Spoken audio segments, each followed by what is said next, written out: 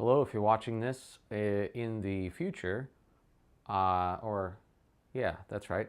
We're going to start the stream in about 5 minutes. I'm just letting people come on. It's not going to be a very long one, but we're going to do some mouthpiece testing because I just bought a bunch of mouthpieces and I want to try them out. They're all different older ones, and I want to show you how I do that quickly. So we'll be back in 4 minutes and 30 seconds, and I'm going to keep warming up until then. Silently. So don't tell me in the comments you can't hear me. That's the point.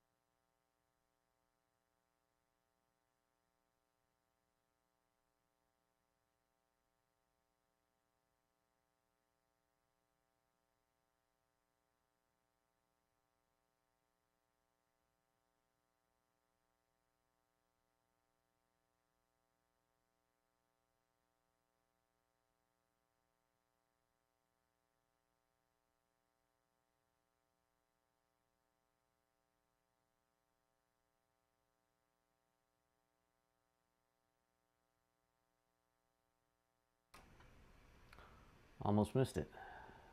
All right.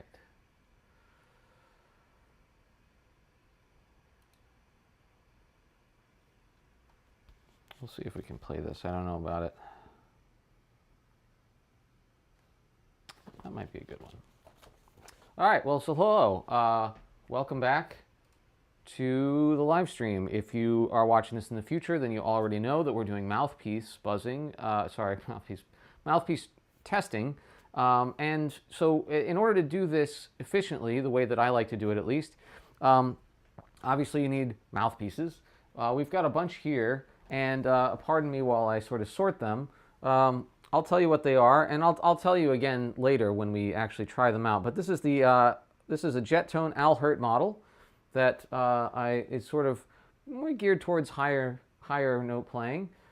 This one is a Bach Corp 7EW, which is kind of a fatter rim and otherwise kind of a medium shallow mouthpiece. So we'll put that in this kind of semi classical pile. This is a 12C with a 76 backbore. Very, very narrow rim. Pretty shallow still, but about just a little bit less shallow than the 7EW. This is a gold-plated Corp 9D, so shallow, but not as shallow as an E, and very narrow and pretty flat actually. I can almost play that one. This one is a 13A4A, which I actually think I'll be able to play pretty well. 14A4A and 13A4A are both pretty shallow mouthpieces, so they tend to be higher note things. So we'll put that in that same category. And this one is 6C, which is pretty straightforward, and that'll be in the, well, I don't know where to put the 9D to be honest, but I'm gonna try classical things on all of those. And then I have some mouthpieces that I actually know that I like playing. This is the Henley that we played a couple of episodes ago, and it's built for kind of commercial playing, so we'll keep that in the mix. And of course my normal straight 8 that was copied for me by Peter Pickett. It's from a couple of different 7s and 8s that have different parts that I put together, and here it is. So and that's what you need to start. So okay, so you need some mouthpieces. That's what we're working with, and you want to sort them into the categories because you want to try playing. You want to play the right things on the right mouthpiece. If I try to play the Hummel on a commercial mouthpiece, I'm just going to struggle, you know, and it's not built for that, right? Same goes the other way. If I try to play this Episodes, which is a Vizzuti-Tyzik collaboration for Doc Severinsen, that has a lot of, you need to have a nice sound, but it's got a lot of high notes in it, so a big open giant mouthpiece is not going to do it for me on that. So we're going to play a couple of things here. There's the opening to Clifford Colnott's Fanfare for brass quintet that I have to practice anyway, and so I'm not really trying these mouthpieces, by the way, for my own use. I just got them because I thought, well, the Al Hirt one I just wanted because I have a jet tone Bill Chase model.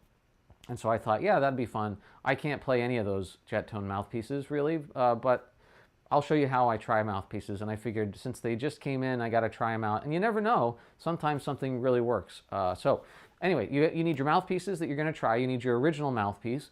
You need some literature that's appropriate to the mouthpieces that you actually want to try out. And you just need little snippets of things. We're not going to play for very long on any of these. It's going to go by super fast after I explain it. You need to know a B-flat major scale, R B-flat, A-flat concert, if you're playing a B-flat, well, yeah, B-flat on whatever instrument you're playing, because I'm going to play some C trumpet as well. And then you, let's see, what am I missing? Oh, and you need to warm up before this on your normal equipment that you're used to, right? Don't warm up on a new mouthpiece. That's going to be confusing. At least not right now. And then once we've done a bunch of trials, then I'll tell you kind of what to do next, if that makes any sense. Because even a short little trial is not going to tell you if this is the magic mouthpiece or not, but it is going to tell you if it's a candidate, right? So let's do that right away. Let's start with these I hate to say classical. I know that that's not really the right term anymore. It never was, I mean, but people tend to still know what you mean when you say that, so I'm going to stick with it for now. But I mean, the other term people tell me that they maybe prefer is legit, but that means that jazz is not legit, like it's not real, and I don't like that at all. So I think classical and jazz, we know what we're talking about, and we know the kinds of sounds that we're listening for. So we're going to start with that, and I'm going to start with my normal mouthpiece. Now, normally you also want to do this blind. I'm going to do it semi-blind, meaning that I'm just going to reach back here and sort of like pick the next one. I don't know what order they're in right now. And then I'll place them in the back in an order so that I can figure out which one was which. But okay, so I'm going to start on my normal mouthpiece. I'm going to play B flat trumpet for now. Okay, that's probably a mistake. I guess if I'm going to play B flat trumpet, I'll play an etude instead of this Kolnot piece. So here we go. Do I want to do that? I guess. That's fine. Okay, so here's what we're going to do. We're going to play a B flat major scale, 2 octaves, all at once, slurred mostly. If you want to tongue a little bit in there, it's fine, but you want to slur it. And that's going to be my acclimation period of like getting used to the new mouthpiece. And then I'm going to play a little bit of whatever excerpt I chose. I guess I should have chosen the B flat one before, huh?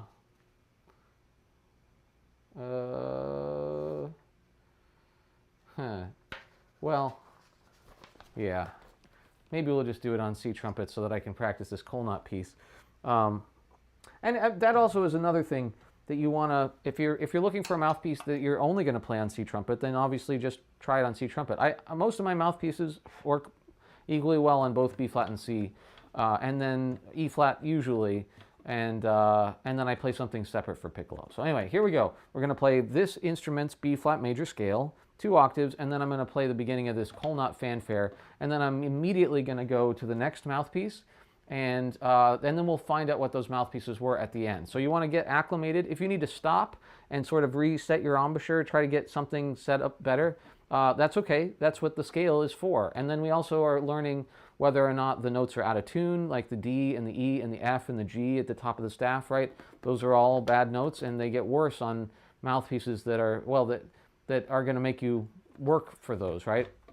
And then we can hear the sound of it, and we can see if we can play our whole range on it. Some of these mouthpieces, I'm not going to be able to play a high B flat on, I guarantee it. They're weird rims. So anyway, here we go. I'm going to do a bunch of them all in a row, and then right into the Kolnot.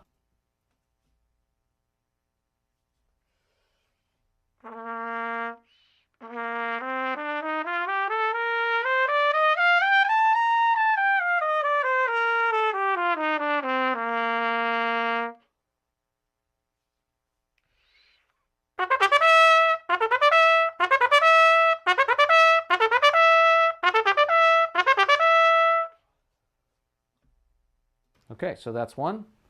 Now, I know that's my original mouthpiece. Here's something else. I just get it in there, trying not to look at it, and we're going to do the same thing.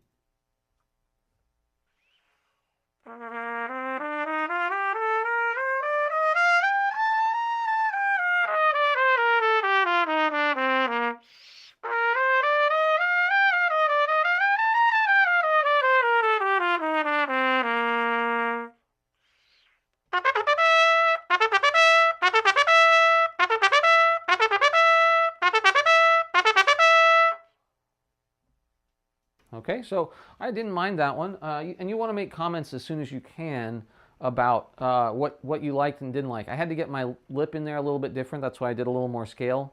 Not looking. So that one could work for me. It seemed a little bit restrictive, though. All right, next one. This is number 2.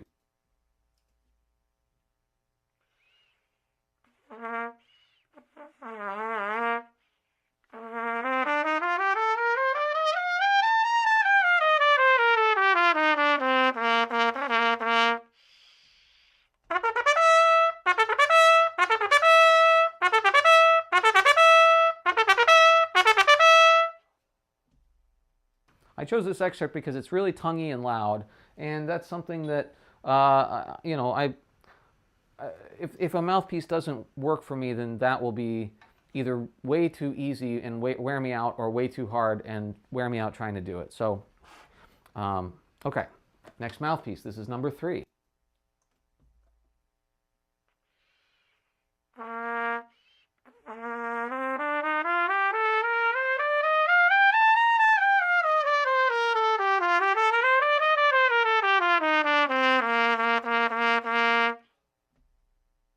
Actually, this one feels and sounds kind of okay.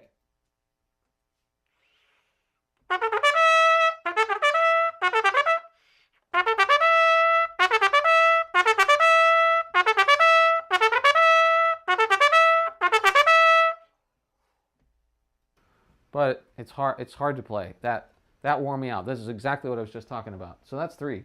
And then number 4. Just checking to make sure it's not another shallow one. All right, here we go.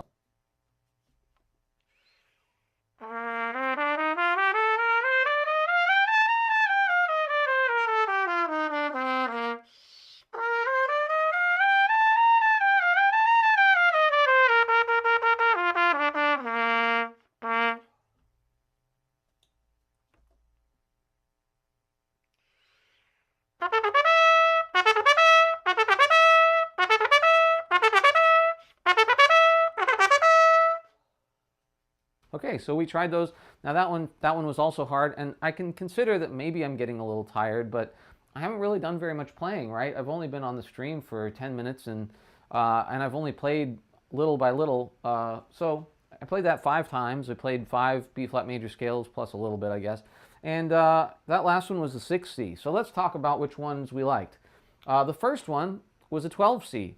And that was the one that felt restrictive, and that sort of makes sense. But I could play this if I wanted to, and maybe there's a time when I will, but probably not for this. The second one was, I believe I liked this one. It seemed like I could actually really play it. That's the 7EW. That makes some sense because I play an 8 normally. The third one was the 9D. And that one was the first one that sort of felt hard to play. And it was interestingly more open feeling than the 7EW.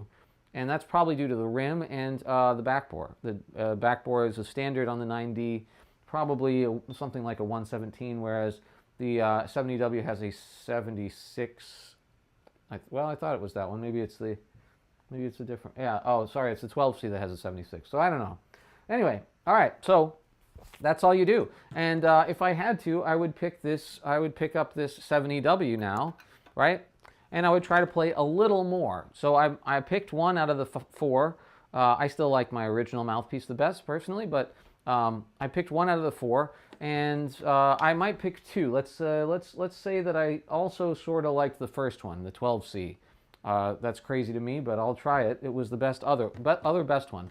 So now I've blind chosen 2, and now of course I know which one is in here, but I could try to forget and then blind choose the other one. You can also have somebody else listen to you during this and just hear what they hear away from the bell. That's really helpful too. But okay, so we're going to play a little more on these mouthpieces now. And I might not need to do the B flat major scale, but it's okay if you need it.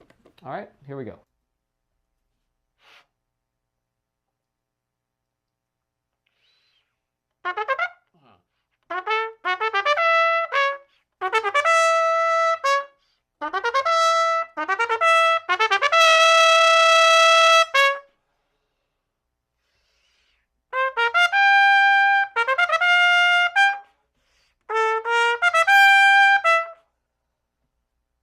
So actually, I really like the amount of brightness I can get out of this mouthpiece, and I guess that makes sense because it's an E. I don't know if the E is actually for the E cup. It certainly is a shallow cup, or if it's extra wide. I think it's just E cup, if I had to guess. Because this cup seems a little deeper. This is now the 12C. We'll do the same exact two little extra excerpts.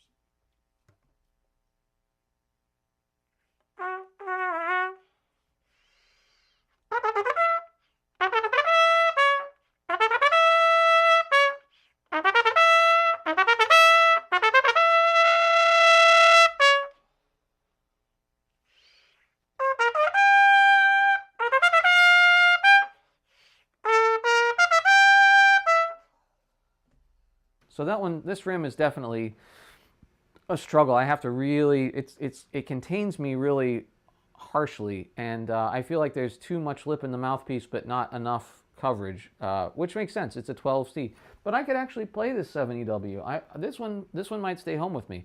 This one is pretty good for this kind of. This one has some high notes at the end of it, high B's and C's that. You know, and maybe later if I want to, I can try that. But anyway, so the 7EW wins. And then I take this one home. And now I'm going to try, after that, I would try warming up on my normal mouthpiece. And then trying to get used to this mouthpiece after my warm-up and then trying to play on it all day for rehearsals and practice and everything, just to see if I can kind of get around on it. And, you know, if it works for all the scenarios that I need it to.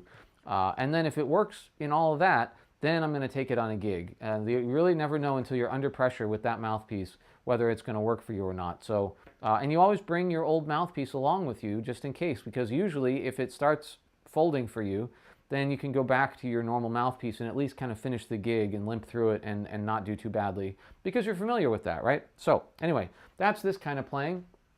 Like I said, I'm going to keep that 7EW around. Now, I'm going to go, now we're going to get into some like high note trumpet playing stuff. I'm going to play the beginning of episode number 4. This is a Vasuti Taizik piece I said earlier, written for Doc. And I'm not going to play anything extremely high. I'm just going to see if I think it can work and if I can get around the horn. So I'm still going to play my B flat major scale 2 octaves. I could change scales, I guess, if I wanted to, or I could maybe play up to the high F. That's probably a better idea. That way I still get all the out of tune notes and feel like what it feels like to play in the low register, not extremely low, right, but just B flat. And then I can maybe go all the way up to high F. We'll see. Well, I've never done it actually, but this is on the fly. I think that's a better adjustment for something that's supposed to facilitate high note kind of trumpet playing. And this is sort of a funk kind of groove. So we'll see hard tonguing, facility in the high register. Like I said, not extreme high, but if it works here, then maybe I can go on and play a little bit more of like the high F sharps and Gs in the later parts of it. So I didn't prepare this, so we'll see how it goes. You should actually know your music really well. I used to play this a lot, so I think it's probably okay. So I'm going to play my... now, in this case, I'm not going to play my normal classical mouthpiece on the excerpt. I just want to get reacclimated to what I'm used to since I just played a bunch of mouthpieces. So let's do that.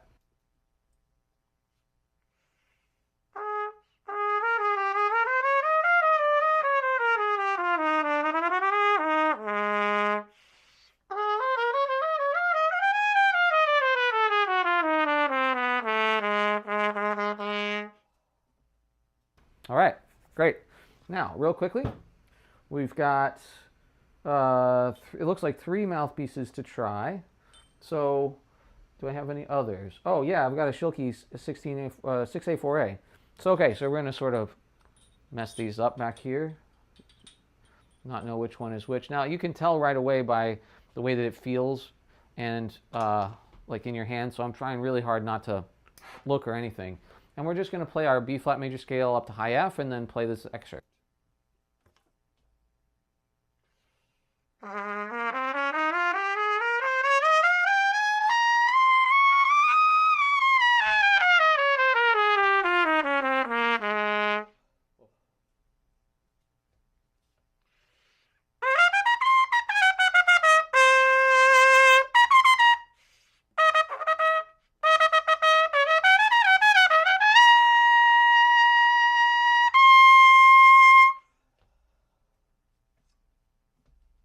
Okay, that's the first one. Put it way back here. I guess I can get these other mouthpieces out of the way. Now you want to rest a little more when you do this kind of stuff for I think obvious reasons, but maybe it's not. Yeah, you got to get acclimated to the new mouthpiece, but you also got to recover from the damage you did, especially if it didn't feel very good to play that. So here we go on the second one. This is number 2.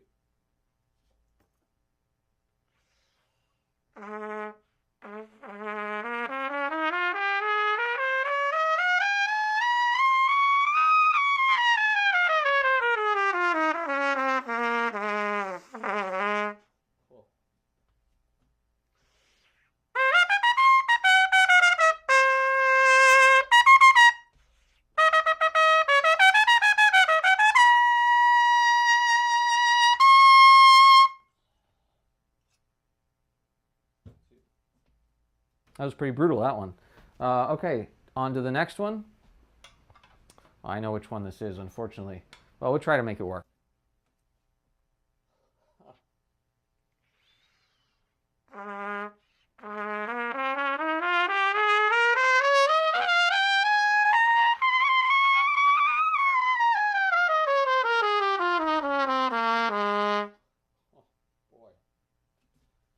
This is maybe the biggest rim I've ever tried to play.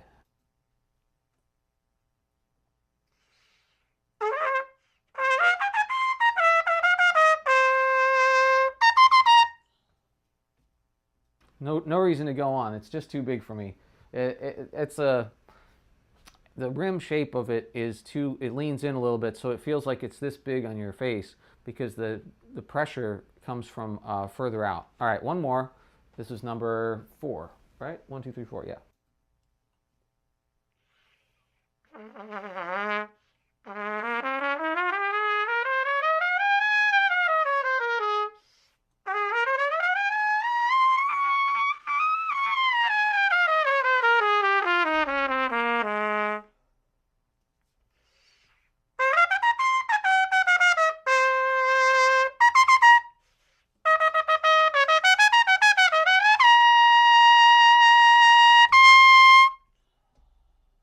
All right, so now a little bit what just happened to me was that that rim was so weird, and this is so standard that I almost couldn't adjust, and I could sort of feel that I needed to get my lip in a different position, so maybe take more time than I did, but I knew this one was the Henley because I play it a lot. The second to last one was the Al Hirt model, and I don't know how he played this. It's like it's the weirdest looking rim I've ever seen. But it's cool. It's cool to have it. I probably won't use it much. And then the second one was the 6A4A. I also knew that one because I've played it a lot. 6A4A is a brutal mouthpiece. This one has a 24 hole in it. But man, if it works for you, you can just master blast your way through stuff.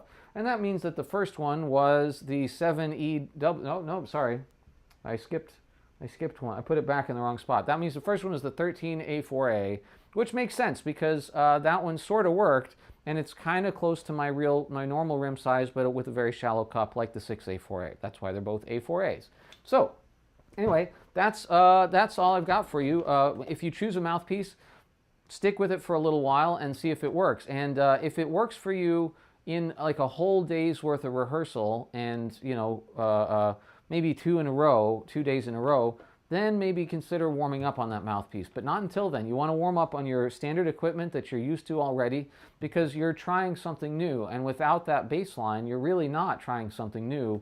You're just trying something to see if it, like you're trying to make something work. And so you end up working against yourself and not really understanding what the mouthpiece is doing for you or not doing for you. So anyway, I hope you enjoyed this shorter video. I don't see any comments in the chat, but I have a lot of exciting things coming up on the channel. We're going to have a concerto competition, so to speak. I also want to have a composition contest, and I'm going to have some cash prizes for those things, and who knows what else. I'm also going to start making very, very short videos of just little snippets of the warm-ups so that you can construct your own warm-up as a playlist on YouTube, and then you also don't have to listen to me talk. So it'll just be the actual exercise, and you can maybe do it back and forth with Gabriel in the future, or you can just do it along with me, and you can build your playlist that way. I'll also have some resting to put in those playlists, although I always recommend that you find really good professional trumpet playing clips to listen to in your rests. So anyway, that's it for this time. I'll see you next time. And until then, practice every day.